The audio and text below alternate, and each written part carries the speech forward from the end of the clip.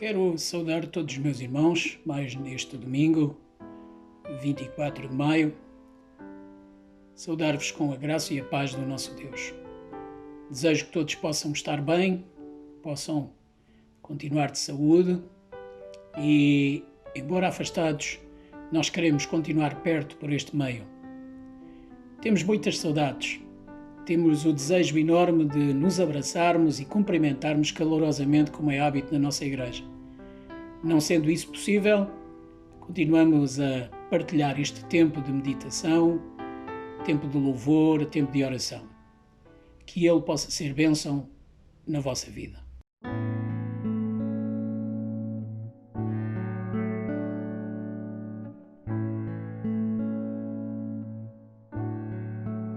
Senhor meu Deus, quando eu maravilhado contemplo a tua imensa criação, o céu e a terra, os vastos oceanos, fico a pensar em tua perfeição. Então minha alma canta a ti, Senhor, grandioso és tu, grandioso és tu. Então minha alma canta a ti, Senhor, grandioso és tu, grandioso és tu. Ao caminhar nas matas e florestas, escuto as aves todas a cantar, olhando os montes, vales e campinas, em tudo vejo o teu poder sem par. Então minha alma canta a ti, Senhor, grandioso és tu, grandioso és tu. Então minha alma canta a ti, Senhor, grandioso és tu, grandioso és tu. Quando eu medito em teu amor tão grande, que ofereceu teu filho sobre o altar, maravilhado e agradecido venho também a minha vida te ofertar. Então minha alma canta a ti, Senhor, grandioso és tu, grandioso és tu. Então minha alma canta a ti, Senhor, grandioso és tu, grandioso és tu.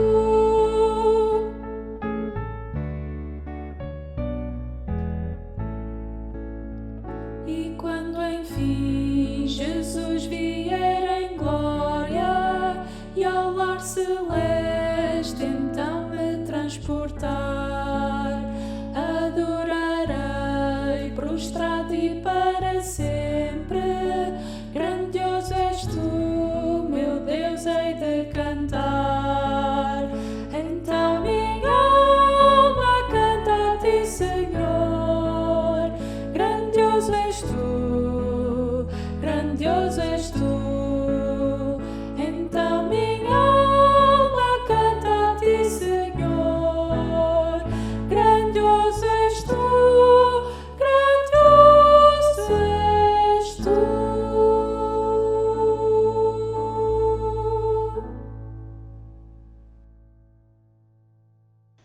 Vinde, cantemos ao Senhor, cantemos com júbilo à rocha da nossa salvação.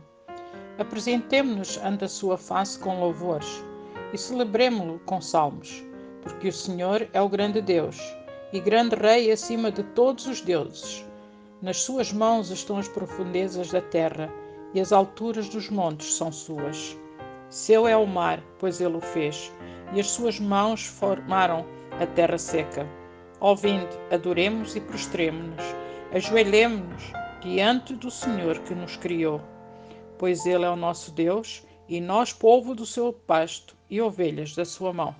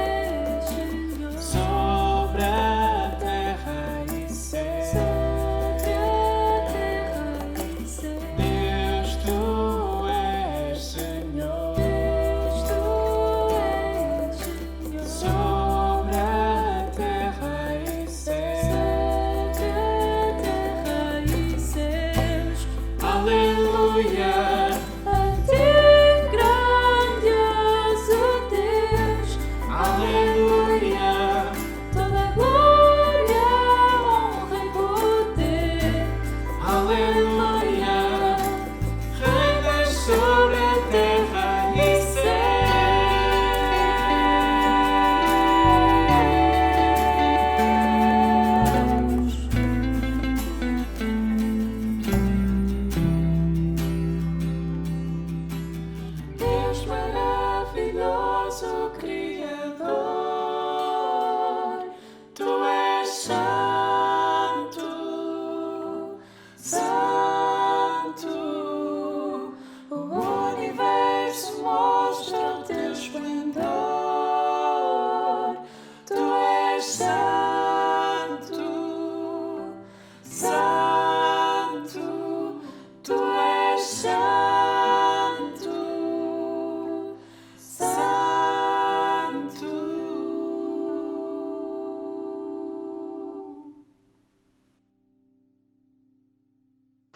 Deus, nosso Pai e Senhor, estamos muito contentes por estarmos juntos neste momento para agradecer todas as bênçãos que o Senhor tem feito na nossa vida.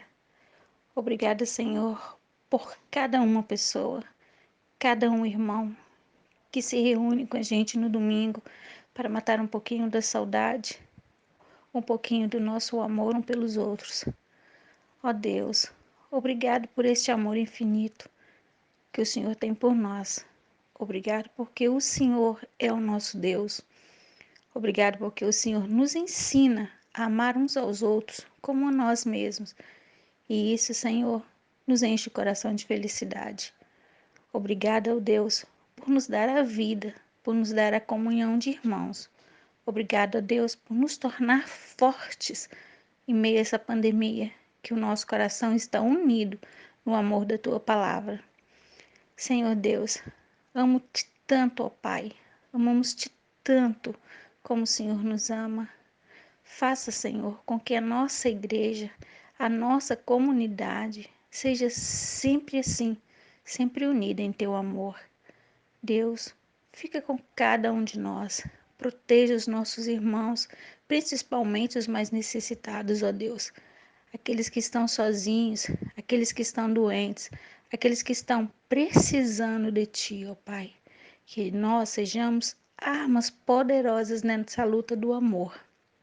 Nessa luta em que juntos conseguiremos vencer.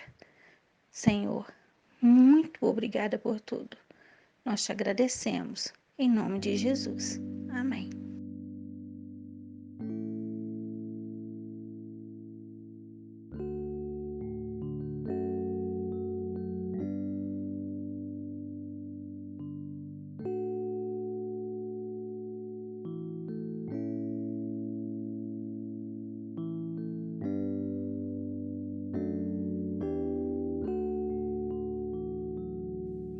Não existe nada melhor do que ser amigo de Deus, caminhar seguro na luz, desfrutar do seu amor, ter a paz no coração, viver sempre em comunhão e assim perceber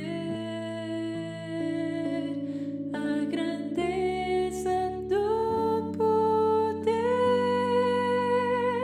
de Jesus, meu bom pastor.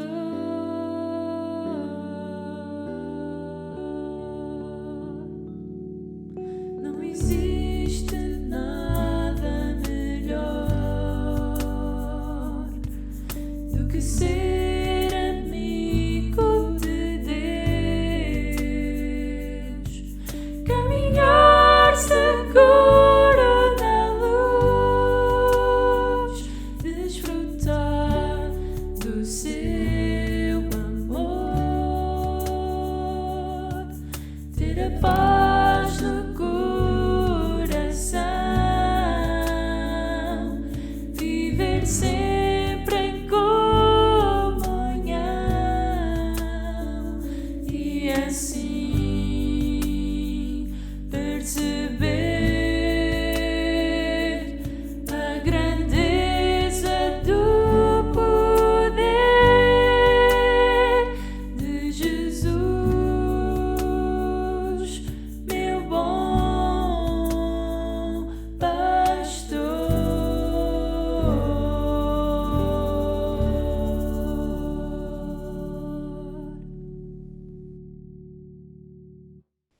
Hoje vamos falar um pouco sobre o valor e a importância da família.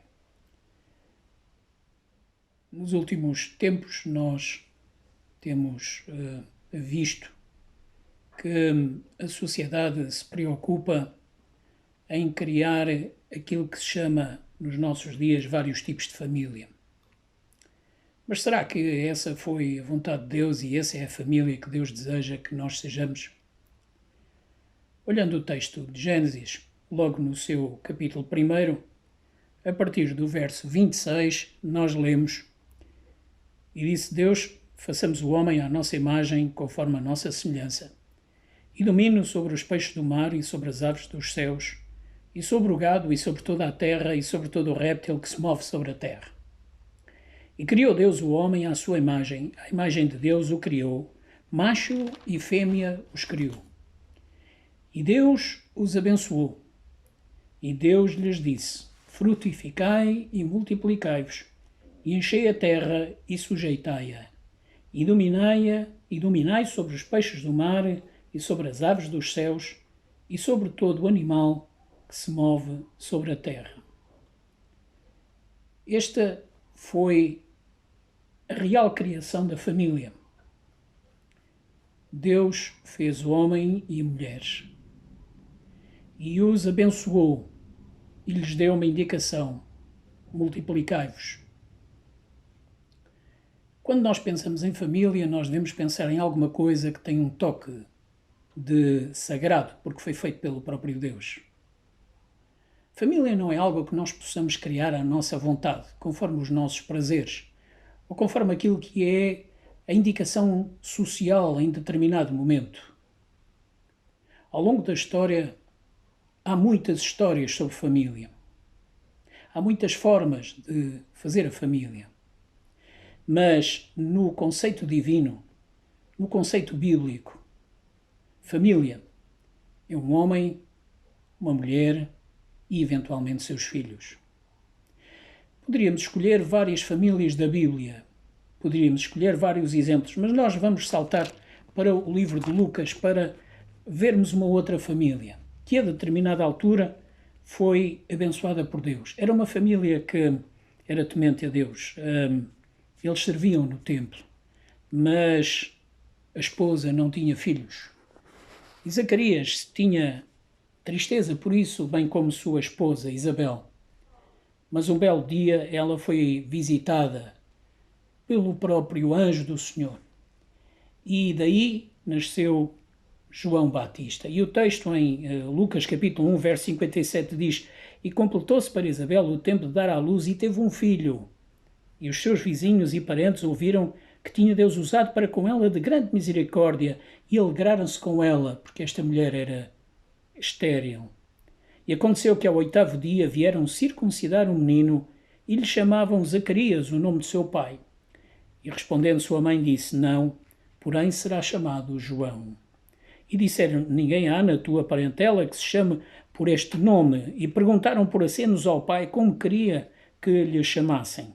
E pedindo ele uma tabuinha, escreveu, dizendo: O seu nome é João. E todos se maravilharam. Nas famílias antigamente, o próprio nome era muito importante. O nome tinha significados. O nome era um desejo que a própria família já fazia para que aquela pessoa fosse desta ou daquela maneira. Porque havia aquele conceito, a família era algo fundamental, era algo muito importante. A família não era algo com que se pudesse brincar ou que se pudesse manusear. Família, porque criada por Deus, ela sempre foi respeitada ao longo dos anos. Mais à frente, Paulo ensina à igreja de Efésios, no seu capítulo 6, no seu verso 1, nós lemos: Vós, filhos, sede obedientes a vossos pais no Senhor, porque isto é justo. Honra o teu pai e a tua mãe, que é o primeiro mandamento com promessa, para que te vá bem e vivas muito tempo sobre a terra. E depois o conselho aos pais, dado pelo apóstolo: E vós, pais, não provoqueis a ira a vossos filhos, mas criai-os na doutrina e admoestação do Senhor. E este é um conceito extraordinariamente importante e que nos deve fazer refletir hoje, uma vez mais, neste mês que nós dedicamos para falar sobre família. Se foi Deus que criou a família, se ela foi tão importante ao longo dos anos, se os próprios nomes que as pessoas davam aos seus filhos tinham significados que as pessoas queriam respeitar e queriam que os outros soubessem porque é que aquele filho era tão importante, porque é que era uma dádiva tão importante. Vemos que, no último texto, há uma orientação clara para que entre pais e filhos haja uma ligação, haja uma interação, haja uma interdependência. E os filhos devem obedecer aos seus pais, devem estar atentos àquilo que são as suas orientações. E, de facto, meus irmãos, quando nós vemos filhos a fazerem as suas exigências aos pais, nós lembramos sempre deste verso. E lembramos de que não são os pais que devem obediência aos filhos, mas são os filhos que devem obediência aos pais. Foi assim que Deus nos ensinou, foi assim que Ele determinou, foi assim que Ele disse que nós podemos ser família, e família num contexto social, independentemente da altura, independentemente de quando for, mas é assim que nós percebemos este contexto e esta relação. Antigamente, há alguns anos atrás, quando um filho entrava em casa, ele virava-se para o pai e dizia: Pai, a tua bênção. E o pai lhe respondia: Deus te abençoe. E virava-se para a mãe e dizia: Mãe, a tua bênção. E dizia: Deus te abençoe. Quando viam as pessoas mais idosas da família, os avós ou os tios, eles sempre pediam a sua bênção. Esse hábito perdeu-se. Agora, nós às vezes vemos filhos chegar ao pé dos pais e dizer: Oi, Cota, estás bom? Ainda não me deste a mesada. Ou então dizer: Oi, velhote, desculpa lá que eu agora não posso falar contigo, tenho mais que fazer. No contexto da família cristã, isto não pode ser assim.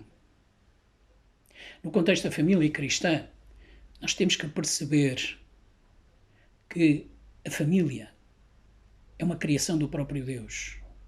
Nós a devemos preservar como Deus a criou. Por vezes há outras estruturas que agora a nossa sociedade tenta criar e chamam família. Mas não é família. É uma forma de viver. É uma forma de interagir. É uma forma até de passar algum tempo. Mas não são família. A família de Deus tem um propósito. A família de Deus tem o propósito de interagir entre si para louvar e honrar o nome do próprio Deus. Por isso, a esposa interage com o marido interage com a esposa.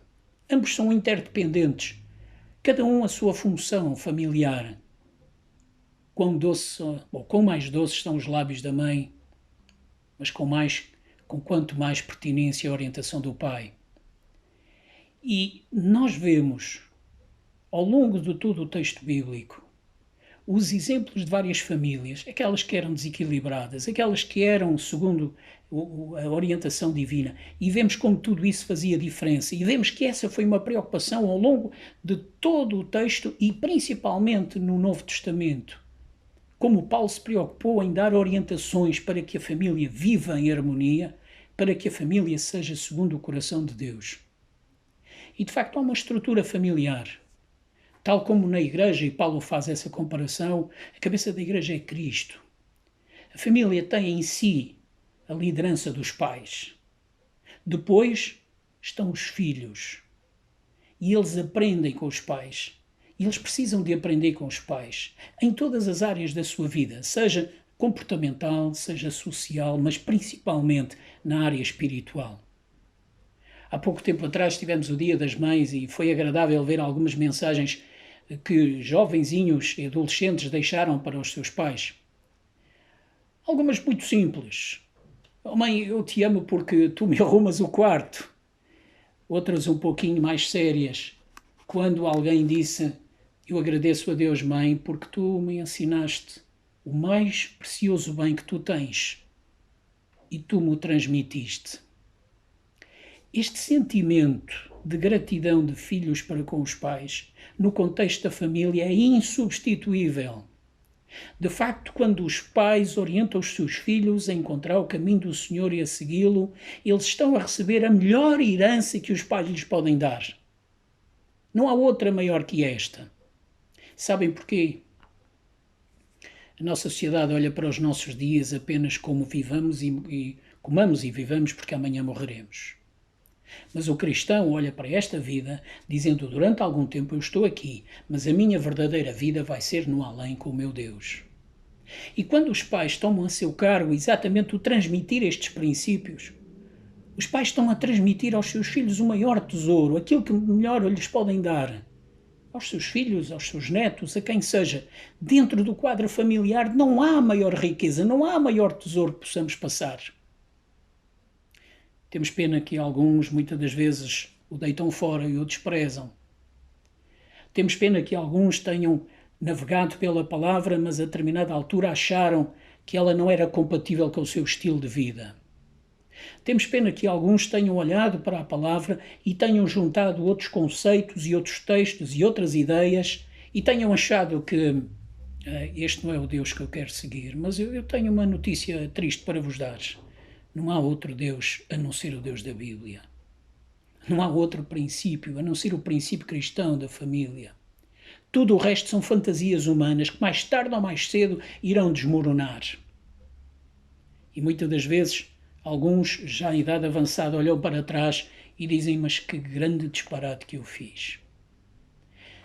Não queiram olhar para trás.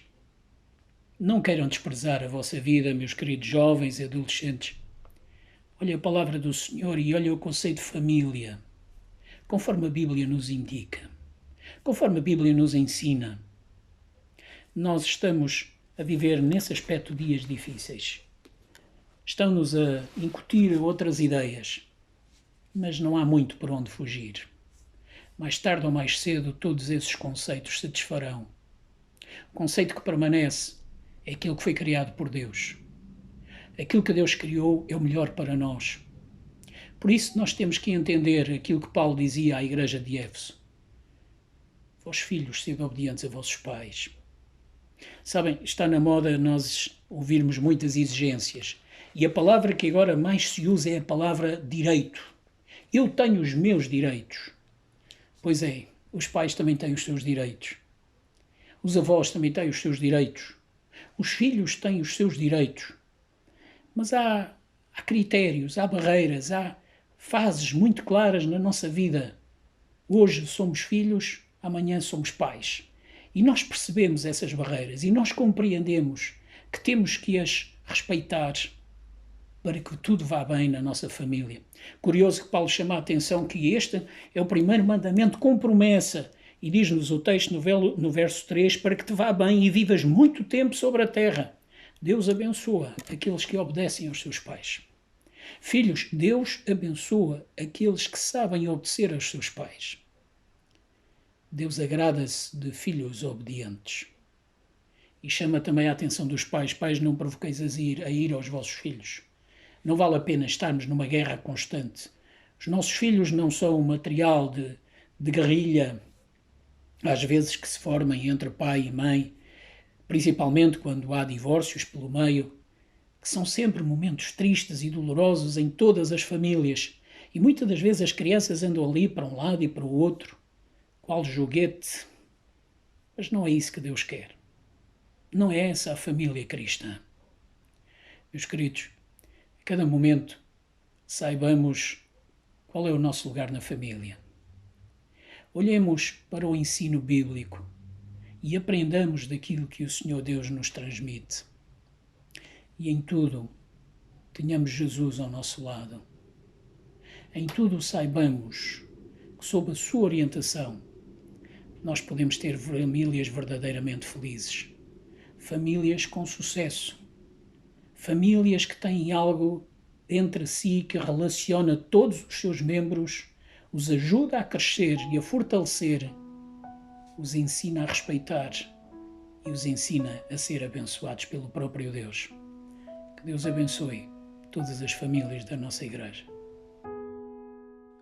Mais perto quero estar.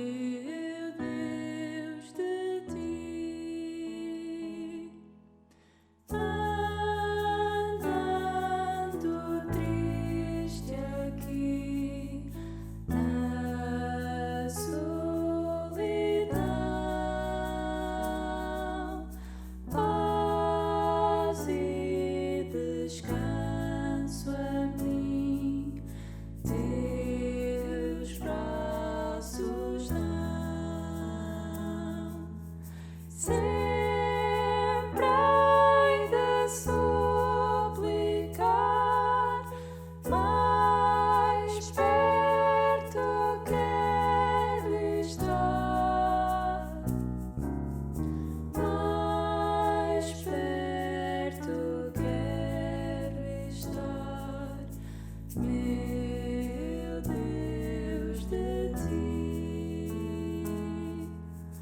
Minha alma cantará a ti, Senhor, cheia de gratidão por teu amor. Sempre hei de suplicar, mais perto quero estar,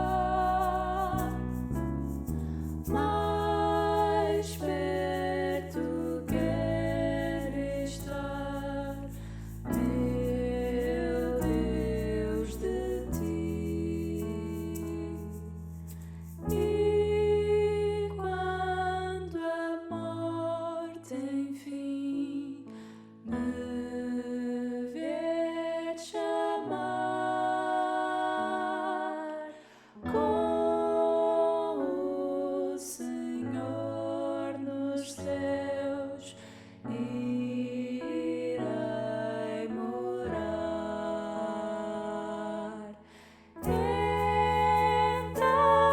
me alegrarei perto de ti, meu Rei,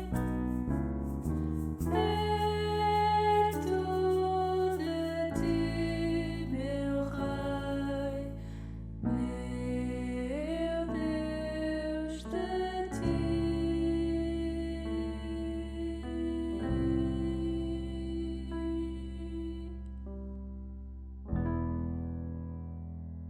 Acabamos de ouvir cantar este belo hino, Mais Perto Quero Estar. Devemos querer estar mais perto do nosso Deus em cada dia. Devemos também querer estar mais perto, cada vez mais, dos nossos filhos, dos nossos pais, dos nossos netos. Sejamos famílias segundo aquilo que as Escrituras nos ensinam. Famílias que temem a Deus, mas famílias que vivem com um conceito muito claro de que pertencemos a uma grande família, que é a família que vai estar para sempre com o Senhor por toda a eternidade. Quero despedir-me de cada um de vós com um forte abraço e dizer-vos que esperamos que muito em breve possamos estar juntos nas instalações, no nosso templo, com alegria, louvando ao Senhor e bendizendo o seu nome. Tenham uma semana muito abençoada e até para a semana, se Deus permitir.